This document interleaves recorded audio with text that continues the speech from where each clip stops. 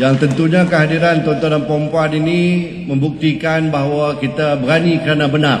Tahniah dan syabas saya ucapkan. Tuan-tuan dan puan-puan, saya pun tak mahu nak bercakap panjang sangat. Tapi cukup mungkin sekadar untuk memberi sedikit penjelasan di pihak saya sendiri. Apa yang saya lihat telah berlaku di dalam parti kita sejak ujung bulan 2 tahun ini. Malah sebelum itu pun ada jugalah beberapa peristiwa yang mungkin dalam pengetahuan ataupun tidak dalam pengetahuan tuan-tuan dan puan-puan. Kita sebenarnya telah menubuhkan Parti Bersatu ini bertujuan untuk mengambil alih perjuangan yang telah ditinggalkan oleh parti sebelum kita, iaitu UMNO. UMNO dilihat suatu ketika dahulu sebagai sebuah parti yang membela nasib orang Melayu. Dan atas sebab itu ia mendapat sokongan yang begitu padu seluruh negara. Malah setiap pilihan raya boleh dikatakan tanpa sekali pun adalah sekali dua kali jelah kalah di peringkat negeri, tetapi tidak pernah kalah di peringkat persekutuan.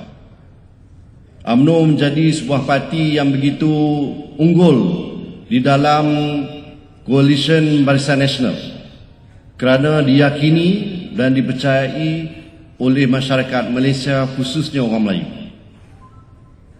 Tetapi oleh sebab kepimpinan UMNO mula menyimpang daripada perjuangan, iaitu mula terlibat ataupun terjebak dengan amalan-amalan yang dianggap jenayah, tuan-tuan.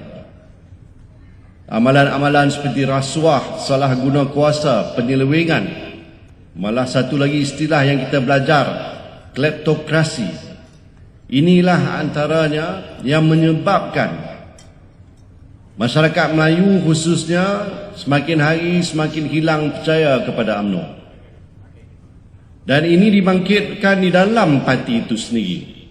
Saya antara orang dalam parti, ahli majlis tertinggi, lantikan, dan sebagai pengurusi Badan Perhubungan UMNO Negeri Kedah, bertanya dengan Presiden parti ketika itu, Datuk Seri Najib Razak, mengenai dakwaan-dakwaan yang begitu mengejutkan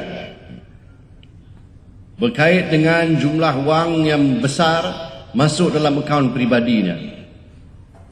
Bukan saya seorang, timbalan Presiden UMNO pun bangkitkan yang sama. Dan apabila kami bangkitkan perkara ini, rupa-rupanya ianya tidak disenangi oleh Najib. Akhirnya kami ini digugur jawatan kerajaan. Saya sebagai Menteri Besar Kedah, Tan Sri Muhyiddin Yassin sebagai timbalan Perdana Menteri ketika itu.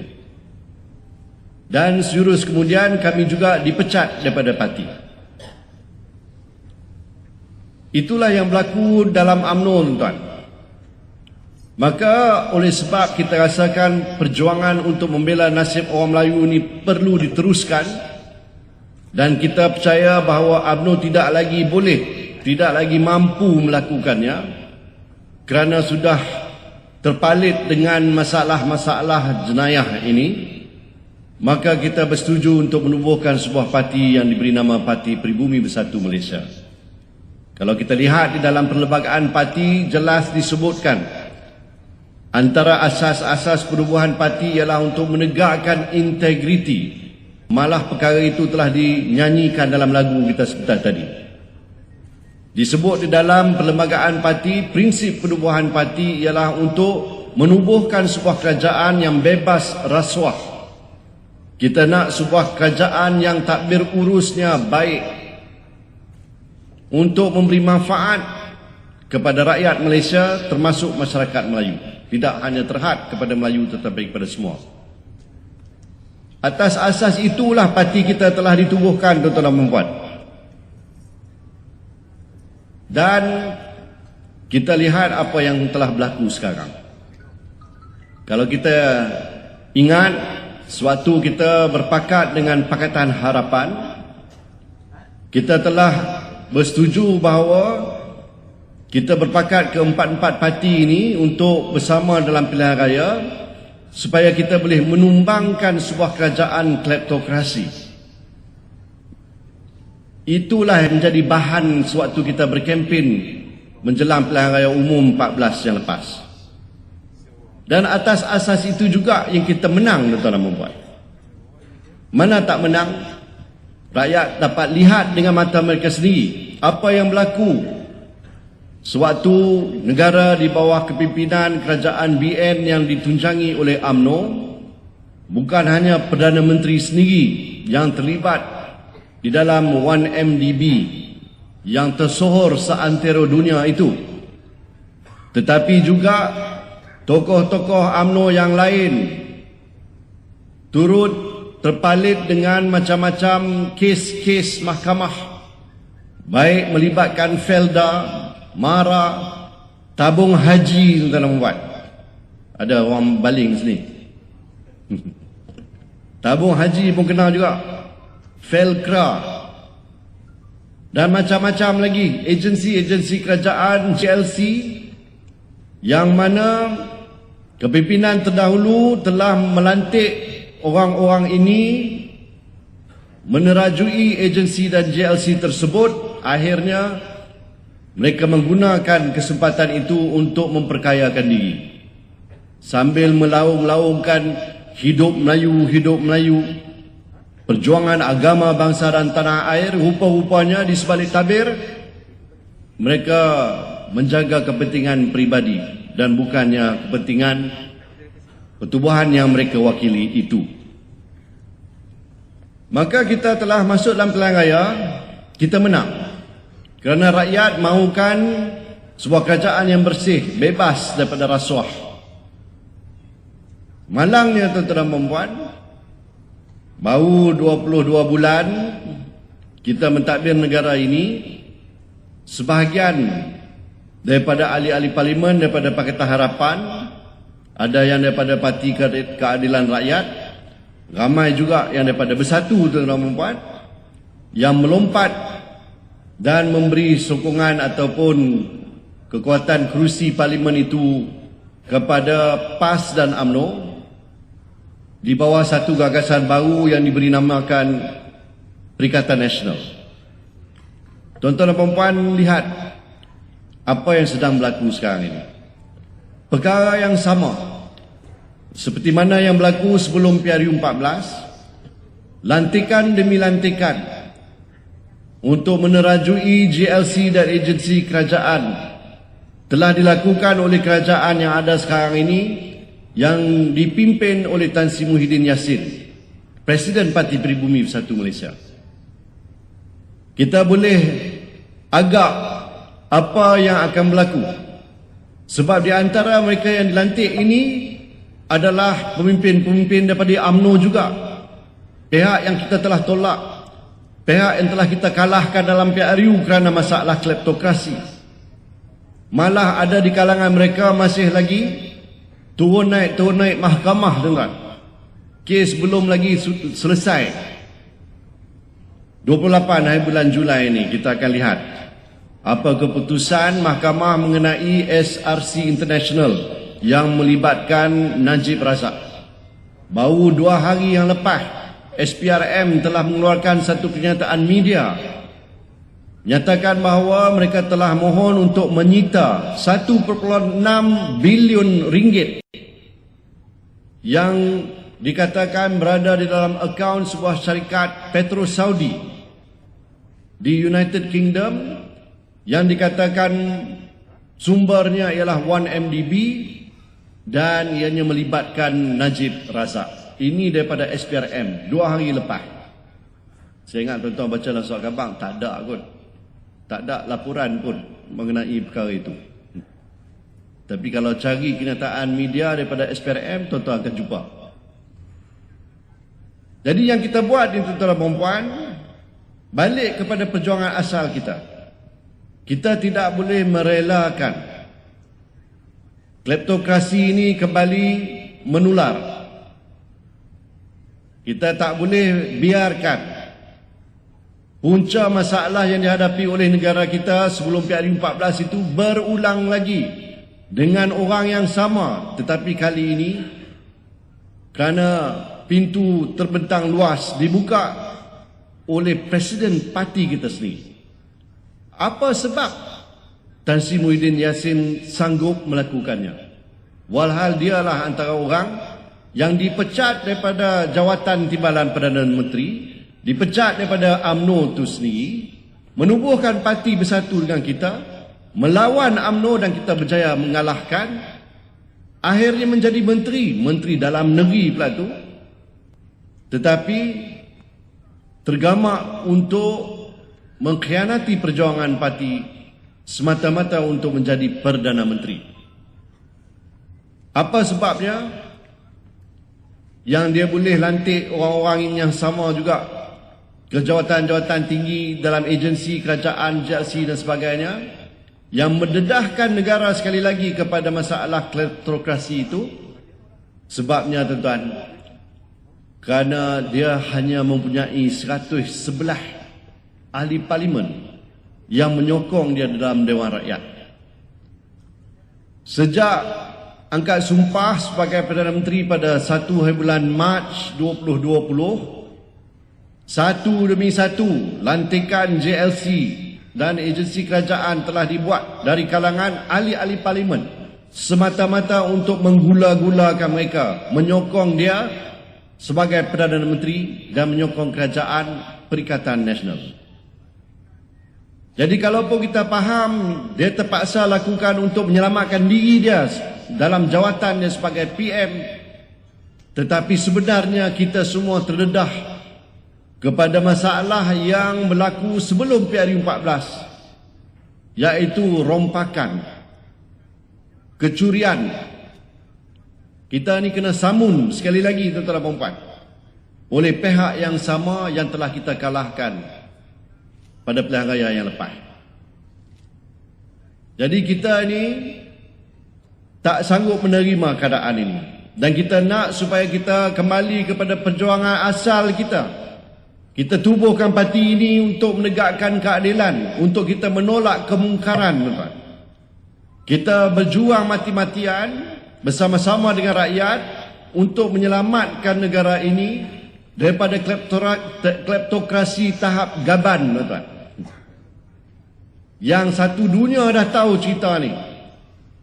Itu sebabnya kita berjuang, dan saya harap tuan-tuan dan puan-puan masih lagi bersama-sama dengan kami dalam memegang prinsip untuk menolak kemungkaran ni. Boleh tak boleh, tuan? Apa juga kesudahannya, sekali lagi mungkin kita boleh dengar daripada Tun sendiri.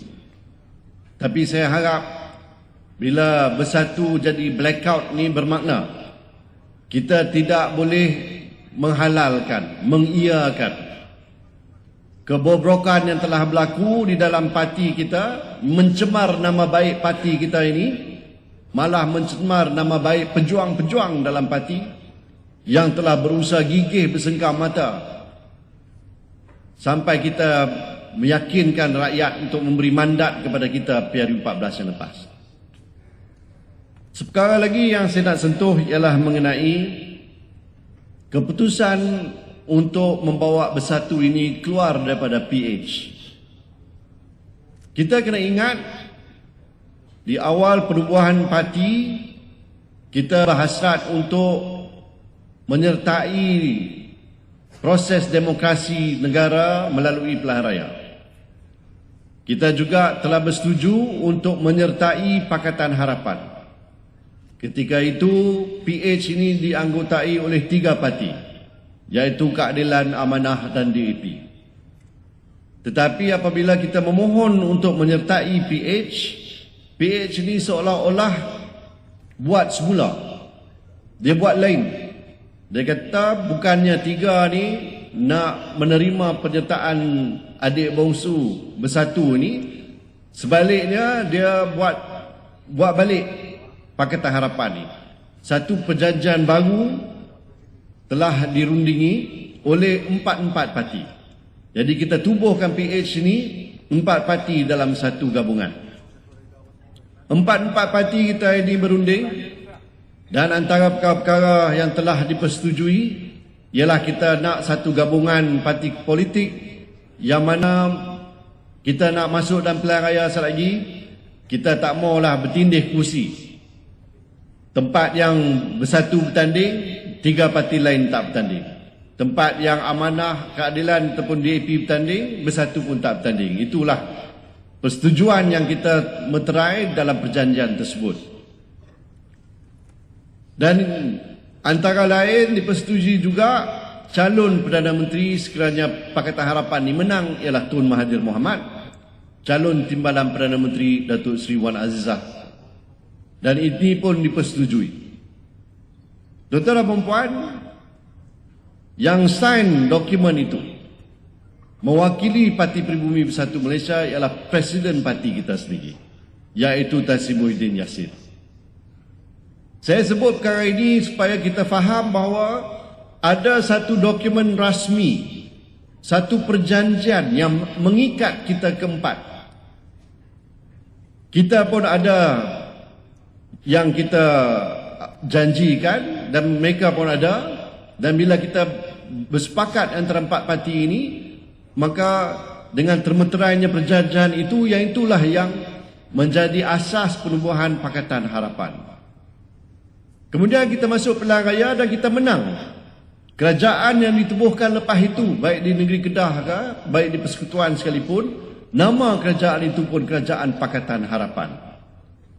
Bila kita masuk PH, kita mendapat persetujuan daripada MPT, Majlis Pimpinan Tertinggi Parti Pribumi Bersatu Malaysia. Dan keputusan itu dibawa sampai ke peringkat negeri, peringkat bahagian, peringkat cawangan. Kita bergerak bersama dengan rakan-rakan daripada 3 parti yang lain. Kita latih pacabar, kita dirikan, kita wujudkan jentera parti, kita bergerak sebagai satu pasukan. Kita berlawan dengan PAS dan Barisan Nasional. Jadi benda ini telah disepakati di semua peringkat. Kita tubuh kerajaan, tiba-tiba kerajaan kita tumbang. Bukan kerana ditolak oleh rakyat, tumbang kerana ada 30 lebih ahli parlimen, termasuk dari Bersatu, lompat pergi belah sana. Kerajaan pintu belakang. Kerajaan tebuk atap, orang kata. Bukan saya kata. Kita pakai baju hitam, mereka pakai baju hijau. Hijau kata tebuk atap. Jadi inilah yang telah berlaku. Dan untuk benda itu berlaku, diumumkan, diisytiharkan bahawa Bersatu ini keluar daripada PH. Saya ingat sekali lagi Tun akan jelaskan apa sebenarnya yang berlaku sampai keputusan itu dibuat. Bukan oleh kami, bukan juga oleh Majlis Pimpinan Tertinggi parti, tuan-tuan, tetapi oleh beberapa individu saja. Letak yang tu kat tepi saat. Saya nak cerita satu lagi. Muafakat Nasional. Ini gabungan antara 2 parti, UMNO dan PAS. Boleh bayangkan, tuan-tuan, awal tahun lepas 2019, bila cadangan ni telah dikemukakan, orang PAS pun tak percaya, orang UMNO pun tak percaya. Malah kita yang di luar UMNO dan PAS pun tak boleh percaya. Yang 2 parti dah berseteru lama ni boleh sepakat, boleh bergabung untuk kerjasama politik. Benda tu berat kerana ada isu ataupun kes kafir mengkafir dan macam-macam lagi. Jadi perkara berat seperti itu tentulah perlu mendapat mandat, mendapat persetujuan daripada keahlian yang ramai dalam kedua-dua parti. PAS buat muktamar PAS. Dia buat muktamar, usul bentang untuk mewujudkan kerjasama politik dengan UMNO. Perbahasan yang berlaku pada muktamar itu sangat hangat. Ada juga yang bantah. Ada juga yang sampai maki hamun kepimpinan PAS pun ada. Tuan-tuan boleh baca dalam surat khabar ataupun tonton dalam YouTube. Tapi akhirnya usul itu diluluskan melalui undian. Maka PAS bersetuju untuk bermuafakat dengan UMNO. Selang seminggu selepas itu UMNO pula buat EGM, Mesyuarat Agung Khas, Usul yang sama telah dibentangkan. UMNO nak bermuafakat dengan PAS. Setuju tak setuju? Kemudian perbahasan pun berlaku. Ada juga yang tentang, tetapi bila mengundi, usul telah diluluskan. Kemudian dua-dua ini dah bersetuju, mereka pun menandatanganilah Piagam Muafakat Nasional.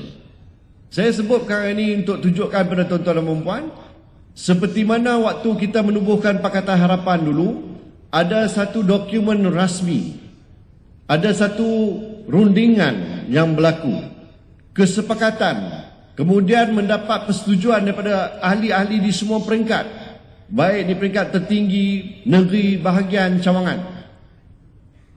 Dan bila dah sepakat macam itu, barulah termeterai satu perjanjian. Jadi ada benda yang dibuat.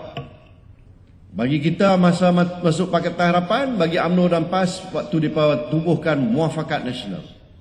Saya nak tanya kepada tuan-tuan dan puan-puan, pada waktu bila kita semua ni ditanya, setuju tak setuju kita keluar daripada PH, ada tak? Tak ada, tuan-tuan. Ini satu perkara berat. Pasal kita dah dulu bersetuju untuk bersama dengan Pakatan Harapan. Kita masuk pilihan raya bersama dengan PH. Kita menang, tuan-tuan dan puan. Kita tubuh kerajaan lagi. Tun Mahathir dilantik sebagai Perdana Menteri. Dalam kerajaan PH, waktu bila kita ditanya untuk keluar daripada Pakatan Harapan, membenarkan kerajaan itu tumbang. Waktu bila Kedah bersetuju untuk melepaskan jawatan-jawatan MPKK, sampai JPKK lah ni pun kita tak sampai 1/3 lantikan yang kita terima di bawah Bersatu. Betul tak betul? Ini bukan saja di Kedah, tuan, di Johor, di Melaka, di semua negeri macam tu juga.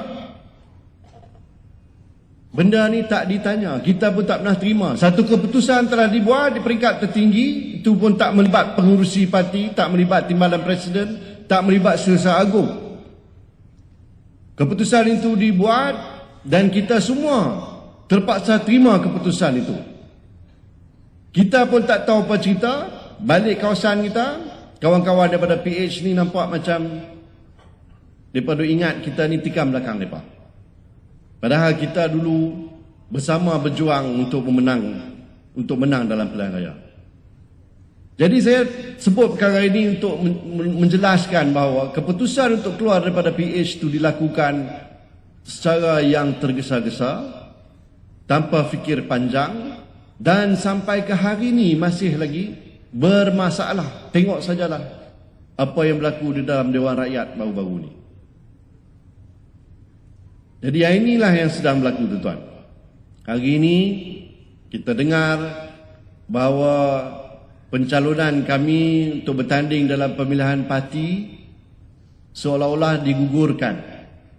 Ada beberapa pihak, baik presiden, timbalan presiden dah menang tanpa bertanding. Nak heran apa, tuan-tuan? Kalau lantikan speaker pun diperbuat cara tu, tak ikut perlembagaan. Perlembagaan persekutuan mereka tak ikut, perlembagaan parti nak kira apa? Kerajaan yang ada pun kerajaan terbuat atap. Jadi tak payahlah dia nak heran sangat dengan perlembagaan persekutuan, tuan. Jadi benda tu tak mengejutkan. Tetapi saya ingin menyatakan pada kami, tindakan mereka untuk menggugurkan kami sebagai calon-calon untuk bertanding dalam pemilihan parti adalah satu penghinaan kepada mahkamah. Kerana mahkamah belum lagi membuat keputusan hal keahlian kami dan ianya akan dibuat pada 7 hari bulan Ogos nanti. Jadi saya ingin menjelaskan ketika ini kami masih bersatu. Jangan pula orang fikir kami dah tak bersatu lagi dah. Tapi bersatu kami ini bersatu hitam, tuan-tuan. Blackout. Macam tuan-tuan dan puan juga. Jadi sebab itu saya nak kata sekali lagi, saya nak ucap tahniah dan syabas kepada tuan-tuan dan puan kerana berani bersuara, berani tonjolkan diri, berani buat flash mob, berani masuk dalam Facebook, berani letak dalam WhatsApp, berani bercakap. Itu demokrasi, itu hak kita, tuan-tuan dan puan. Takkanlah dalam sebuah parti politik tak boleh bersuara, tak boleh berbeza pendapat, tak boleh mengkritik langsung. Kritik sikit kena pecat, tuan-tuan. Tak pernah lagi kot berlaku. Jadi macam itulah keadaan kita sekarang ini. Saya nak laporkan pada tuan-tuan dan puan-puan, hari ini di Kedah kita tengok begitu ramai. Kemarin 1 malam 2 hari saya di negeri Johor Darul Takzim, tuan-tuan. Kami di Johor Bahru, kita di Simpang Renggam, kita pergi Seri Gading, kita pergi ke Muar. Dan akhir sekali kami di Pagoh. Sambutan begitu luar biasa sekali kepada Bersatu Blackout. Jadi jangan fikir bahawa di negeri Johor tak ada orang sokong. Sebenarnya mereka rasa lagi perit lagi tertekan. Mana tak terasa bila mereka pun macam kita juga terpaksa melepaskan jawatan Menteri Besar. Kalau kita lepas kepada PAH, kat sana mereka lepas kepada UMNO. Itu lagi teruk. Jadi tuan-tuan, itulah keadaannya. Dan saya menyeru dan merayu pada tuan-tuan dan puan-puan, jangan berganjak daripada berpegang pada prinsip. Kerana prinsiplah yang menjadi nadi kita, tuan-tuan. Biar kita ni dari kalangan orang yang mempertahankan nilai-nilai mulia seperti mana yang diajar kepada kita melalui agama kita. Biarlah kita ni dari kalangan orang yang walaupun tertekan macam-macam desakanlah, ugutan pun ada yang digula-gulakan. Malangnya ada juga kawan-kawan kita yang dah terkandas, yang tewas kepada habuan dan macam-macam lagi. Tak apalah, biar pergi kat mereka, tuan-tuan. Tapi kita dah pernah lalui dah perkara ini dengan sebuah kerajaan terdahulu. Kali ini kali kedua. Tapi saya sangat-sangat yakin rakyat sebenarnya bersama kita dan akan memberi sokongan padu kepada kita bila kita berhadapan dalam pilihan raya umum ke-15 nanti, insya-Allah. Percayalah tuan-tuan dan puan-puan. Jadi saya harap kami boleh bergantung pada tuan-tuan dan puan-puan untuk terus membantu diri kita sendiri untuk selamatkan keadaan ini.